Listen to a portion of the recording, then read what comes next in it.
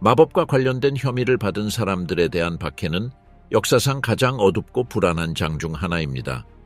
미지의 것에 대한 두려움과 깊이 뿌리 박힌 미신에 의해 촉발된 이 박해는 어둠의 힘을 지닌 사람들로 믿어진 이들에 대해 전체 사회가 등을 돌리게 만들었습니다. 이러한 혐의는 종종 근거 없었으며 이는 참을 수 없는 고통을 주기 위한 처벌의 물결을 일으켰고 그뿐만 아니라 통제와 복종의 메시지를 전달하는 것이기도 했습니다. 마법을 의심받은 사람들을 처벌하기 위해 사용된 방법은 잔인함으로 특징지어졌습니다. 고통과 공개적인 수치를 초래하기 위해 설계된 이 처벌은 유럽의 농촌 마을에서부터 미국 식민지의 가장 먼 곳까지 퍼져나갔습니다. 각 처벌은 공포스러운 상징성을 담고 있었으며 이는 상상할 수 없을 정도로 끔찍한 절차를 통해 가상된 이단의 흔적을 근절하려 했습니다. 이 암울한 역사적 장면은 두려움, 종교적 열정, 그리고 무지가 결합되면 얼마나 무자비한 폭력을 일으킬 수 있는지를 보여주며 집단 기억에 지울 수 없는 상처를 남겼습니다. 마녀 사냥.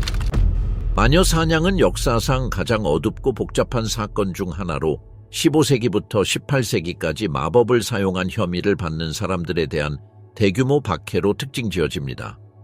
이 현상은 특정 지역이나 문화에 국한되지 않았으며 유럽과 아메리카 전역에 퍼져 전체 사회에 파괴적인 영향을 미쳤습니다. 수천 명의 사람들이, 대부분 여성들이 미신, 종교적 열정, 사회적 긴장의 결합으로 희생되었고 이는 임의적인 재판과 가혹한 판결로 이어졌습니다. 르네상스와 근대 초기 기간 동안 유럽은 깊은 사회적, 경제적 변화를 겪었고 일련의 자연재해, 전염병, 기근을 겪었습니다. 이 위기 속에서 마법은 문제를 외부의 미지의 요인에게 돌리기 위한 편리한 희생양이 되었습니다. 마법을 사용하는 이들은 악마와 결탁하여 초자연적인 힘을 이용해 해를 끼친다고 믿었으며 이는 인간의 법뿐만 아니라 신의 질서에 대한 도전으로 여겨졌습니다. 교회는 마법을 위협으로 개념화하는 데 중요한 역할을 했습니다. 중세 동안 교회 권위자들은 이미 마법과 이단을 연관지었지만 15세기에 이 아이디어는 더 체계적으로 발전했습니다.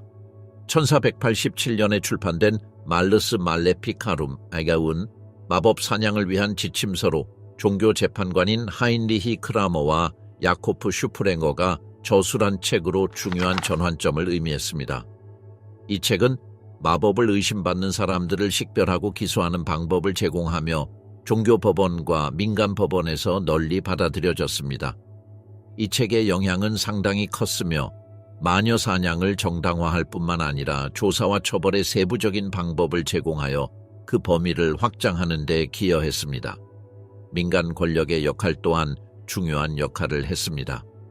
많은 경우 마녀 재판은 교회만의 일이 아니라 지역 법원도 관련되어 있었으며 독일, 프랑스, 스코틀랜드와 같은 지역에서는 특히 그러했습니다. 이러한 재판은 종종 지역 사회의 긴장, 경제적 갈등 또는 개인적인 분쟁에 의해 촉발되었습니다.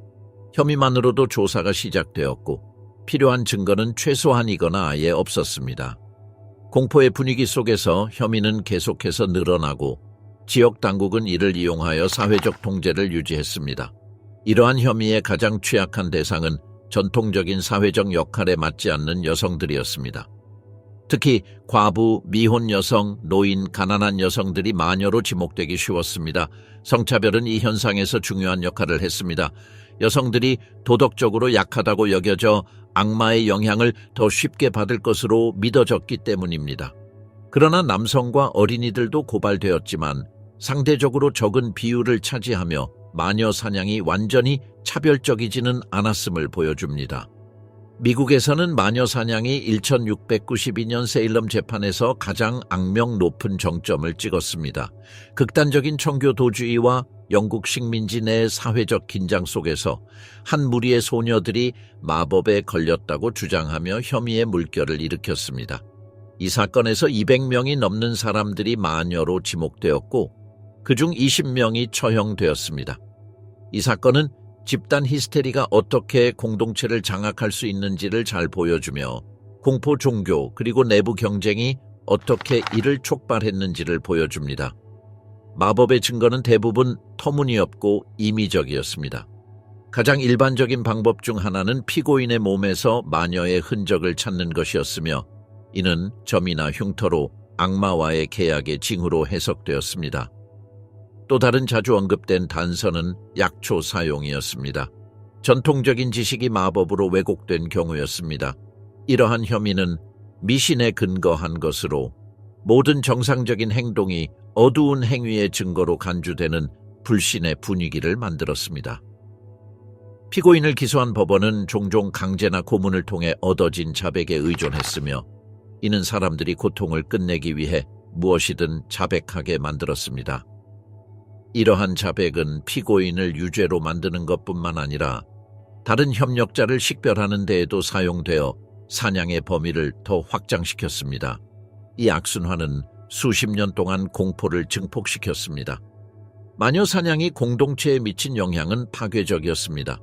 잃어버린 생명들 외에도 박해는 사회 내에 두려움과 분열을 심었습니다. 전체 가족이 파괴되었고 공동체는 상호 불신으로 얼룩졌습니다. 마녀 사냥은 사회적 긴장과 집단적 두려움이 어떻게 체계적인 폭력과 권력 남용을 초래할 수 있는지를 반영합니다. 17세기 말과 18세기 초 박해의 강도는 점차 약해지기 시작했습니다. 합리적 사고의 확산, 사법 절차에 대한 의문, 그리고 미신에 대한 믿음의 감소 등이 마녀 사냥의 쇠퇴에 기여했습니다.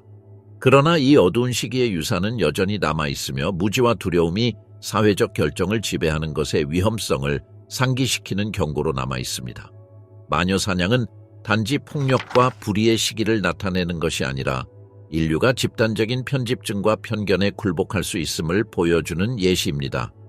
이를 연구하는 것은 이성 정의 그리고 개인의 권리에 대한 존중이 얼마나 중요한지를 반영하며 향후 유사한 사건이 발생하지 않도록 막을 수 있는 근본적인 기둥들이라는 점을 깨닫게 해줍니다. 마녀의자, 비인도적인 고문 도구.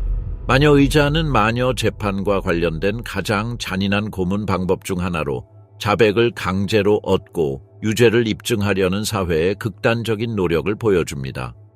독일에서 유래한 이 의자는 이후 유럽의 다른 지역에서도 채택되었으며 마법 혐의를 받은 이들에게 가해진 고통을 상징하는 도구가 되었습니다.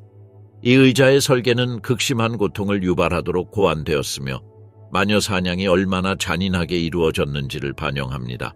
의자의 디자인은 그 목적을 달성하는 데 있어 효과적이면서도 무섭기 그지없었습니다. 철로 완전히 만들어진 이 의자는 좌석, 등받이, 팔걸이, 발받침에 걸쳐 날카로운 못들이 가득 박혀 있었습니다. 이 못들은 피부를 찔러 넣도록 설계되었으며 피고인이 의자에 묶인 채로는 어떤 구속도 찾을 수 없었습니다. 못에 대한 지속적인 압박은 극심한 고통을 유발하며 움직일 때마다 그 고통은 더욱 심해졌습니다. 종종 피고인은 의자에 앉기 전에 옷을 벗겨졌으며 이로 인해 피부가 못에 더 많이 노출되었습니다. 이 의자에서 겪는 고통은 단순히 못에 의한 상처에 국한되지 않았습니다. 일부 경우 신문관들은 의자를 더 극단적으로 사용하기 위해 의자를 가열하기도 했습니다. 열을 가함으로써 철구조물은 피고인의 살을 찔러 넣을 뿐만 아니라 태우는 도구가 되었습니다. 결과된 화상은 못으로 인한 천공과 결합되어 견딜 수 없는 고통을 보장하며 피고인에게 지속적인 고통을 강요했습니다. 마녀 의자 사용의 논리는 미신과 편견에 깊이 뿌리 박혀 있었습니다.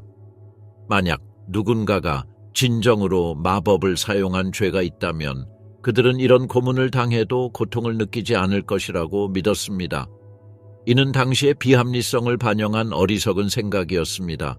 그러나 의자에서 고통스러워하는 비명이 무죄를 증명하는 신호로 간주되지 않았고 오히려 그들의 유죄를 입증하는 증거로 받아들여졌습니다.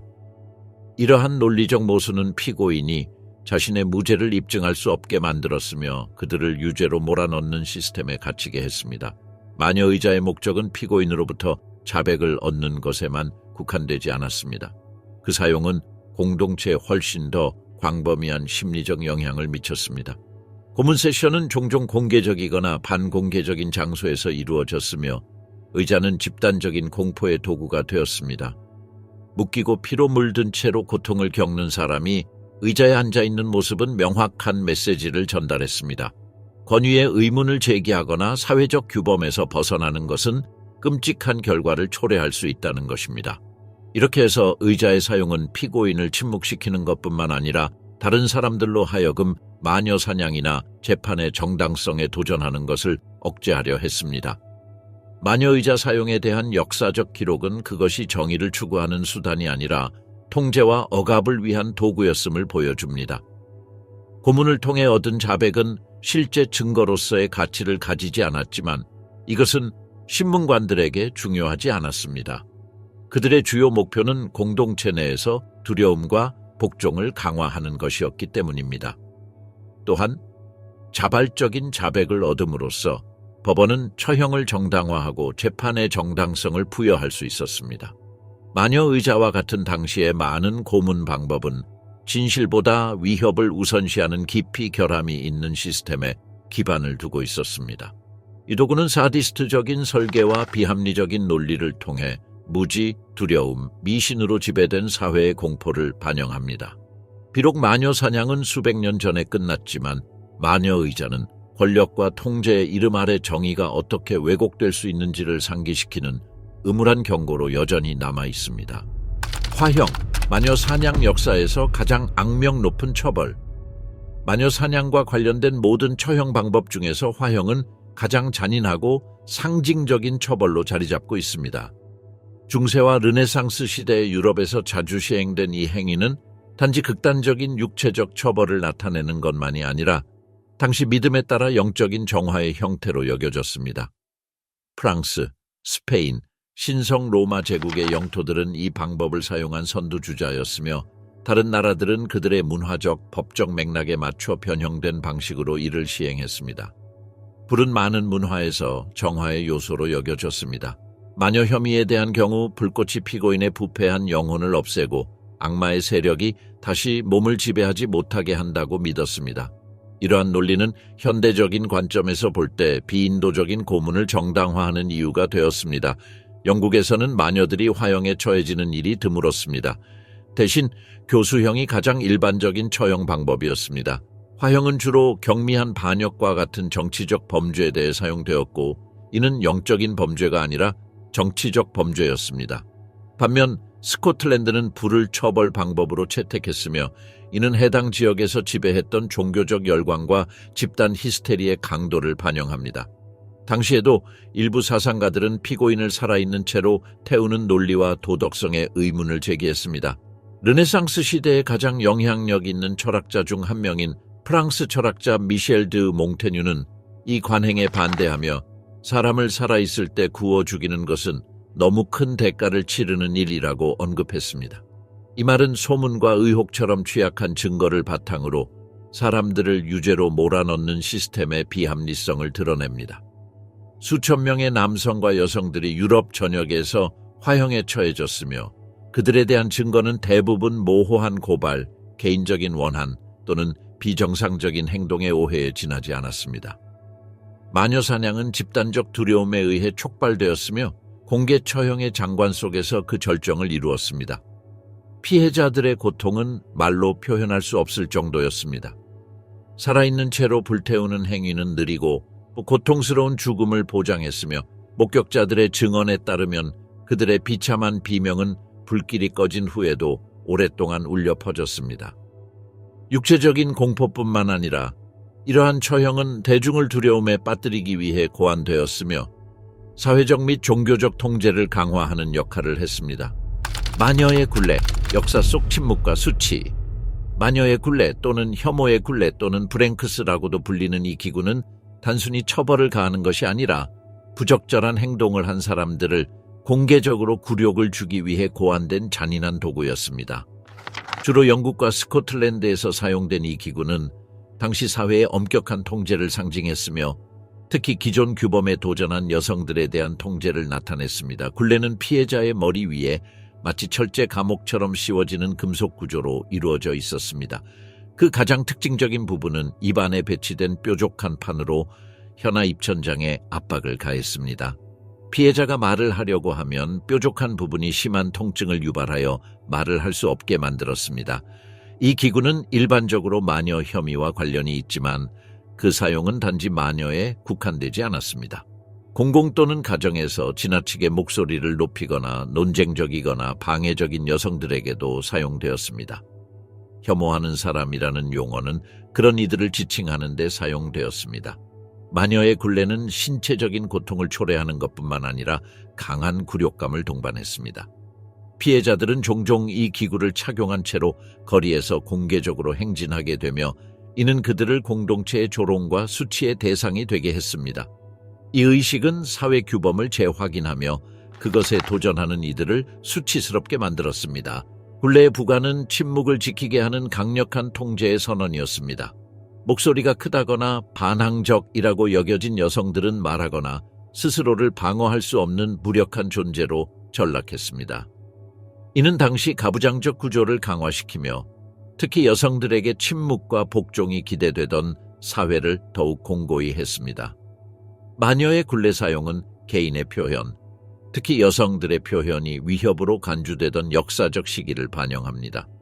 사회적 또는 종교적 규범에 도전하는 어떤 행동도 신속하게 처벌되었으며 마녀의 굴레와 같은 도구는 기존 질서를 유지하기 위한 도구로 사용되었습니다. 또한 이 기구가 마녀 혐의와 연결되는 것은 마녀로 지목된 여성들이 이중적으로 위반자로 여겨졌음을 강조합니다. 그들은 마법을 행사한 것으로만 비난받은 것이 아니라 복종과 절제라는 이상에 맞지 않다는 이유로도 비난을 받았습니다. 이 기구는 단순한 신체적 처벌을 넘어서 피해자의 몸과 목소리에 대한 절대적 통제를 상징하는 도구였습니다. 교수형, 마법에 걸린 자들의 뒤틀린 결말. 16세기와 17세기 동안 교수형은 영국과 일부 식민지, 미국에서 마법 혐의를 받는 자들에게 선고된 주된 처형 방법이 되었다. 화형에 비해 다소 더 인도적인 처벌로 여겨졌지만 교수형은 여전히 잔인하고 굴욕적인 죽음의 형태로 이러한 처형이 이루어진 지역사회의 삶에 깊은 흔적을 남겼다. 교수형은 단지 처벌의 수단만이 아니라 공공의 경고로서 사용되었다. 처형은 공개된 장소에서 종종 많은 군중들 앞에서 이루어졌다. 이러한 사건들은 종교적 및 사회적 규범에 도전한 자들에 대한 결과를 시각적으로 상기시키는 역할을 했다. 고발된 자들의 죽음은 종종 느리고 고통스러웠으며 이는 마녀에 대한 집단적인 두려움을 강화하고 그들을 박해한 기관들의 권위를 굳건히 했다. 식민지 미국에서 1692년의 세일럼 마녀 재판은 이러한 처형의 가장 상징적인 예 중 하나로 이 사건 동안 20명, 대부분 여성들이 교수형에 처해졌다. 이는 미지의 것에 대한 두려움이 어떻게 집단적인 비극으로 이어질 수 있는지를 반영한다.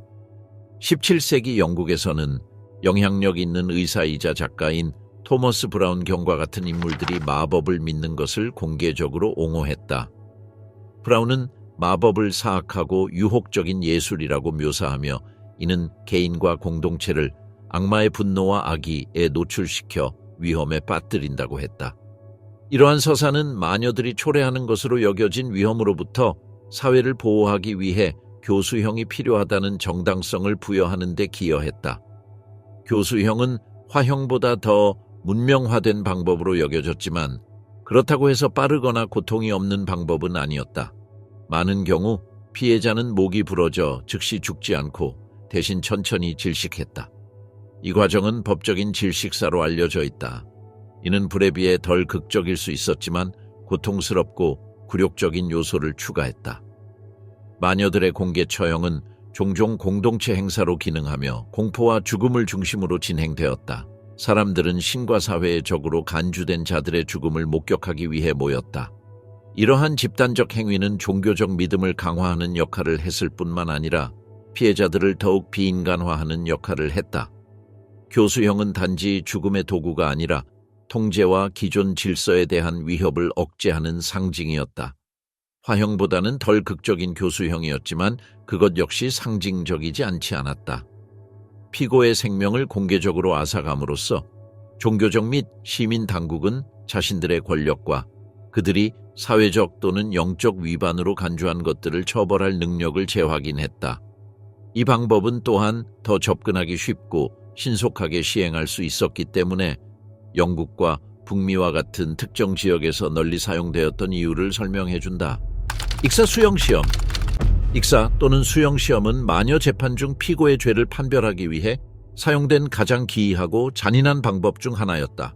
이 절차는 실제로 재판이라기보다는 사형 선고에 가까우며 공포가 이성보다 우위를 차지하던 시대의 무지와 미신을 반영한다. 수용시험은 피고의 손과 발을 묶은 채 강이나 연못 같은 물속에 던지는 방식으로 진행되었다. 대중적인 믿음에 따르면 물은 순수하고 신성한 요소로 여겨졌기 때문에 악에 물든 사람은 물에 의해 거부당에 떠오르게 된다고 믿었다. 만약 피고가 떠오르면 마녀로서의 죄가 입증된 것이었다. 그러나 만약 피고가 가라앉으면 무죄로 간주되었다. 비록 가라앉는 것이 무죄의 신호로 여겨졌지만 피고가 구조되기 전에 종종 익사하여 죽게 되었으며 이 절차는 익사를 방지하기 위한 효과적인 조치를 거의 고려하지 않았다. 이렇게 이 시험은 비논리적일 뿐만 아니라 본질적으로 치명적이었으며 죄인과 무고한 사람 모두의 죽음을 초래했다. 수용시험은 시련이라는 그룹의 일환으로 신의 판단에 호소하여 죄를 가리기 위해 신체적 시험을 이용하는 고대의 방법들 중 하나였다. 이러한 관행들은 인기가 있었지만 일부 유럽 지역에서는 법적으로 인정되었다. 이 시험의 결과가 신의 의도에 의해 직접 영향을 받는다고 믿었으며 이는 처형을 뒷받침하는 종교적 권위를 강화했다. 실제로 이 방법은 정의가 아닌 사형 선고에 가까웠다. 주로 여성들이 피고였으며 이들은 무죄를 입증할 방법이 없었다. 만약 익사에서 살아남으면 처형을 당하게 되었고 가라앉으면 무죄는 중요하지 않았으며 그 과정에서 죽음을 맞이하게 되었다. 이러한 관행이 널리 사용되었음에도 불구하고 모두가 그 효력을 믿지는 않았다. 16세기 영국의 학자 레지널드 스콧은 마녀 재판과 수용시험을 공개적으로 비판한 최초의 인물 중 하나였다. 그의 영향력 있는 저서 마법의 발견에서 스콧은 미신과 무지에 기반한 이러한 관행들을 비판하며 자비와 논리가 결여되었다고 설명했다. 스콧에게 이 방법들은 비인간적일 뿐만 아니라 어떤 합리적 기초도 결여되어 있었다.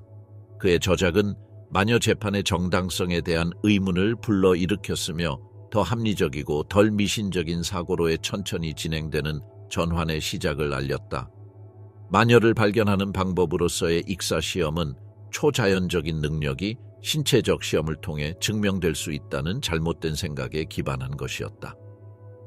그러나 인간의 몸은 밀도, 물속 위치, 폐 속 공기량 등의 요인에 따라 뜨거나 가라앉는다. 이는 초자연적 요소와는 전혀 관련이 없는 것들이다. 이러한 과학적 이해 부족은 수많은 사람들을 비극적인 운명에 빠뜨리게 했다. 고문용 밧줄, 고통과 강압의 도구. 밧줄 또는 부러뜨리는 바퀴로 알려진 이 도구는 중세 유럽에서 공포의 상징이 되었다.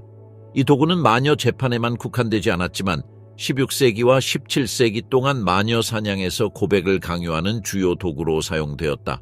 이 도구는 참을 수 없는 고통을 주고 신체적, 심리적 상처를 남겼으며 당시의 사법 시스템에 내재된 잔혹함과 불의를 드러낸다.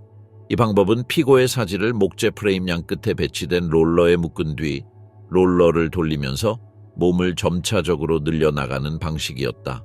이 과정에서 관절이 탈구되거나 뼈가 부러지기까지 했다. 고의적으로 고통을 유발하는 이 과정은 단지 고통을 주기 위한 것이 아니라 피고의 의지를 꺾고 고백을 이끌어내기 위해 설계된 것이었다.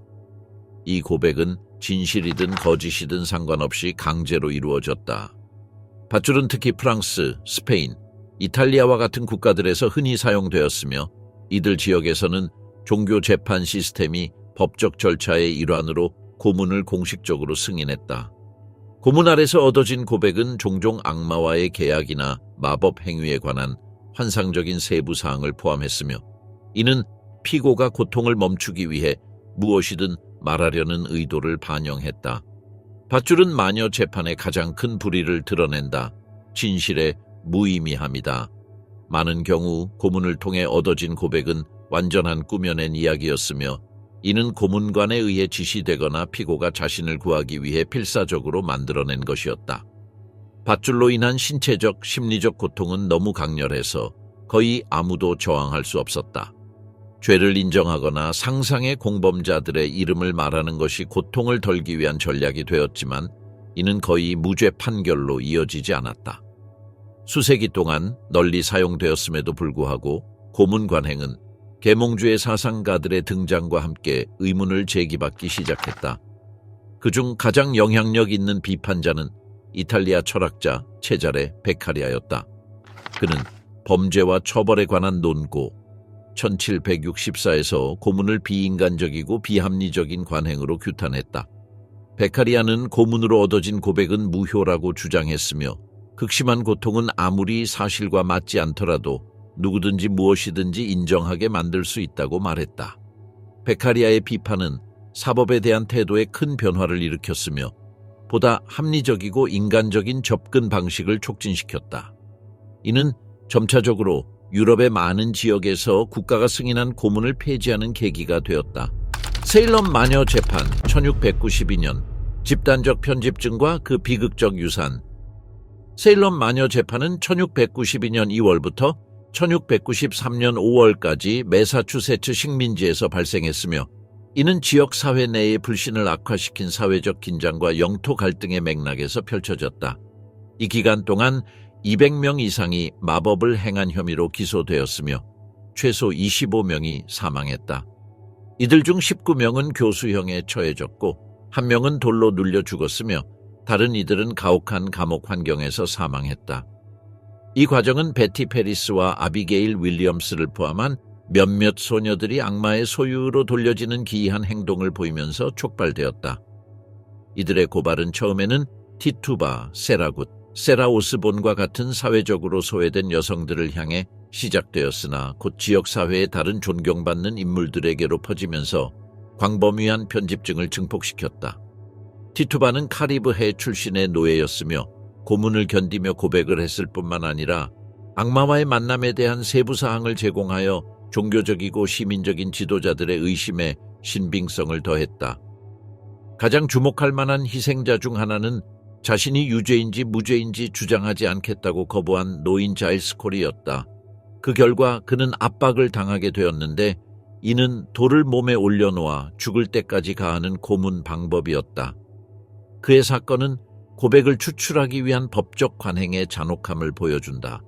레베카 간호사는 지역사회에서 존경받는 노인 여성으로 신앙심 깊은 사람이었지만 그녀 역시 고소당해 처형되었으며 그녀의 사건은 확실한 증거가 없었음에도 불구하고 심지어 판사들 사이에서도 의구심을 일으켰다. 간호사의 처형은 특히 충격적이었는데 이는 누구도 그들의 평판과 관계없이 고소에서 안전하지 않다는 것을 증명했다. 사법 절차에는 접촉 시험과 같은 구체적인 방법들이 포함되어 있었는데 이 방법에서는 피고가 피해자에게 손을 대어 공격이 멈추는지 확인해야 했다.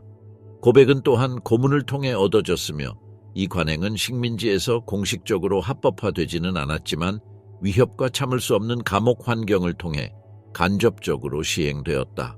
유령 증언, 즉 유령이나 악마의 출현에 대한 증언도 중요한 역할을 했지만 이는 무형적이고 주관적인 증거였다. 이 재판은 직접적인 희생자들뿐만 아니라 증인, 배심원 및 관찰자로 참석한 지역사회의 구성원들도 포함했다. 세일럼의 목사인 사무엘 페리스와 그의 딸과 조카가 고소를 시작한 것, 마녀의 존재를 지지한 유명한 종교 지도자 코튼 마더와 같은 인물들의 참여는 당시 종교적 신념과 권력 구조가 사건의 격화를 어떻게 촉진했는지를 보여준다. 그러나 모든 이들이 동의한 것은 아니었으며 판사인 사무엘 시월과 같은 인물은 나중에 자신의 잘못을 공개적으로 인정하고 판결에 대해 사과했다. 마녀 사냥은 인간 역사에서 가장 어둡고 비극적인 에피소드 중 하나로 공포, 무지, 사회적 편견이 얽혀들어 통제되지 않은 폭력의 물결을 일으킨 사건이었습니다. 15세기에서 18세기까지 유럽과 아메리카에서 수천 명의 사람들이, 주로 취약한 여성들이 마녀로 억울하게 고발되어 박해를 받고 처형되었습니다. 이 현상은 마녀의자, 교수형, 수형시험과 같은 잔혹한 방법뿐만 아니라 당시 지배적이었던 심각한 여성 혐오와 사회적 통제를 부각시킵니다. 교회와 정부와 같은 강력한 기관들의 영향력은 이러한 박해를 정당화하는 데 중요한 역할을 했습니다. 마녀의 망치, 말르스 말레피카룸과 같은 문헌은 마녀에 대한 열정을 부채질하는 이론적 틀을 제공하여 사냥의 확산을 촉진했습니다. 또한 셀럼 재판과 아나 골디의 처형과 같은 상징적인 사건들은 집단적인 편집증과 이성의 결여가 어떻게 대규모 불의와 공동체의 파괴로 이어질 수 있는지를 보여줍니다. 그러나 18세기 말 마녀 사냥의 쇠퇴는 계몽주의 사상에 의해 주도된 보다 비판적이고 인간적인 사고의 시대의 시작을 알렸습니다.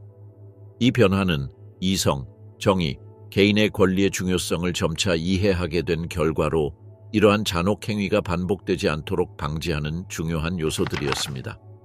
마녀 사냥의 유사는 공포와 미신이 이성과 공감을 압도할 때 발생할 수 있는 위험을 강력하게 일깨워주는 교훈입니다. 이 어두운 역사적 장을 연구하는 것은 인간의 존엄성과 진리가 편견과 불관용을 이기는 더 정의롭고 관용적인 사회를 만드는 데 필수적입니다.